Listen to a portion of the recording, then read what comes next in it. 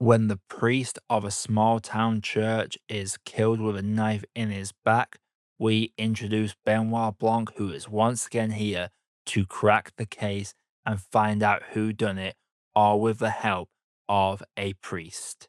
Film fans YouTube, hello and welcome back to the channel. I am Josh, your movie apprentice, and we continue the London Film Festival coverage. And we're getting towards the end of it now, but we have to talk about Wake Up Dead Man, a Knives Out mystery, the third installment in Rian Johnson's whodunit series following Detective Benoit Blanc as he investigates these strange crimes that defy explanation. And unlike most whodunits, each one of these does something to reshuffle the formula when it comes to the whodunit subgenre. And with Wake Up Dead Man, we are dropped right in the middle of it, in the middle of the investigation through a piece of narrative that definitively separates the first half from the second half of this movie. So before I get into my full review, if you like what you're seeing on the channel, click that like button and subscribe for more video reviews like this coming all the time. So like with the rest of these, it stars an all-star cast and it would take me forever to name them all, but the highlights, of course, Daniel Craig, Josh O'Connor, Glenn Close, and Josh Brolin.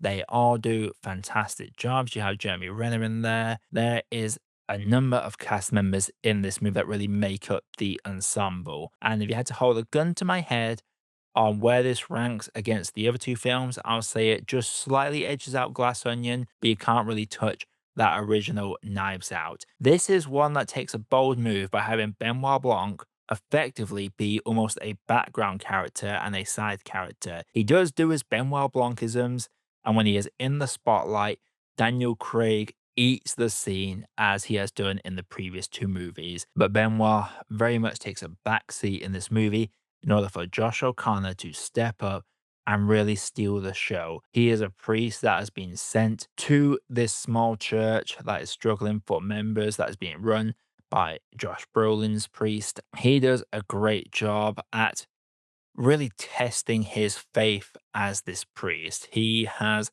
a certain outlook that his church doesn't agree with. This new church he's been moved to, they're not very happy with him coming in trying to rock the boat a little bit. And he shares a hilarious scene early on with Josh Brolin's priest. They have a great dynamic, but it is the dynamic between Daniel Craig and Josh O'Connor that shines the strongest. These two interacting and bouncing off each other. Josh O'Connor's character, he is just a kind, sweethearted man, a priest that just wants to help people. The amount of times he just wants to step away from this investigation and Ben has to passively, sometimes fully aggressively, pull him back into it. These some very hilarious scenes, and I just really enjoyed their dynamic. Glenn Close is a scene stealer as well. She plays the most devout of the aforementioned flock. She is very much someone that holds Josh Brolin's priest on a pedestal, and she gives us some of the most out there moments in the film and is truly scene stealing when she is able to really take that spotlight. That's the thing. This is a film where the side characters will step aside and allow key players to really eat up the scene. However, that means that unfortunately, a number of the side characters feel like just check marks. You got to fill out your ensemble to fill out the cast list and give you some suspects. But there's some characters that you just never suspect because they has no development with them at all. Mila Kunis is in this playing a police officer that's investigating this crime, and this is almost a nothing character, just there to be sort of a catalyst to get the plot moving a bit more because she is out for blood.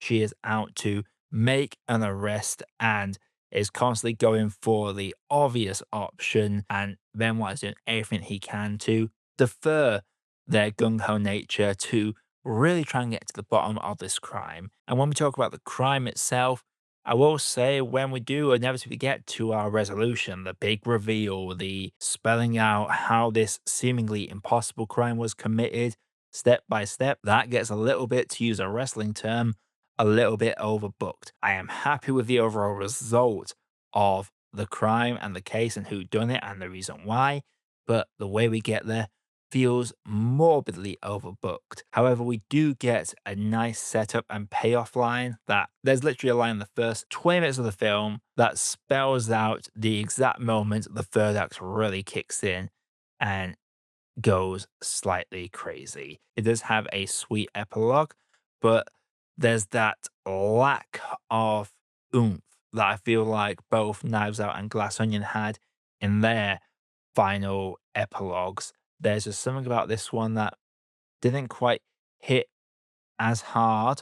It's the performances of O'Connor, of Close, of Brolin, of Craig that really carry this film through the majority of the film's investigation. It's well shot, the dialogue is really good, and Wake Up Dead Man is definitely a film that I would happily see 10 more of these movies. The director Rian Johnson has said that he would happily keep making these movies, even though his deal with Netflix has now ended after 3 pictures. Give me 6 or 7 of these Benoit Blanc movies because I love seeing how he refreshes the whodunit formula every time. If Daniel Craig was born to play Bond, Bond walked so that Benoit could run because Craig eats it with this role, always does a great job as this character. This film gives us a number of memorable characters, but it also gives us some afterthought characters as well, more so than the previous 2 films. That is something that is a big detractor for me when it comes to grading this film. But before I do get into my grade, if you like what you're seeing on the channel so far, make sure you click that like button and subscribe for more reviews that's coming all the time. But without further ado, let's grade this. So whilst this is a very good movie with phenomenal performances across the board, it is overbooked in how we get to our finale. And I will say there are also some themes in this that are very heavy-handed and over the top. There's no subtlety in it at all. It is very much following this priest that is basically conditioning a small flock of people to follow them like absolute fanatics. And there's an allegory in there that is so obvious, and this film does not care who it pisses off in the long run. I could respect it to a certain extent. However, it comes across sometimes like Benoit Blanc does sometimes in these films where the big detective sees everyone else as a little bit stupid, so he's got to lay it out step by step what the point is. That's what this film does with its themes, and they can get very heavy handed, and that's why it can get a little jumbled for me, especially with the overbooking in that final third. So for me, whilst I thoroughly enjoy this movie, I would highly recommend it. I would have to say that for me, Wake Up Dead Man, a Knives Out mystery, is a tea that needs more sugar. So Wake Up Dead Man, have you seen it? If you have, let me know your thoughts down in the comments below. And let me know, how do you rank the 3 Benoit Blanc whodunit movies? Until next time though, I am Josh, I've been Movie Apprentice, and I'll see you all in the next video.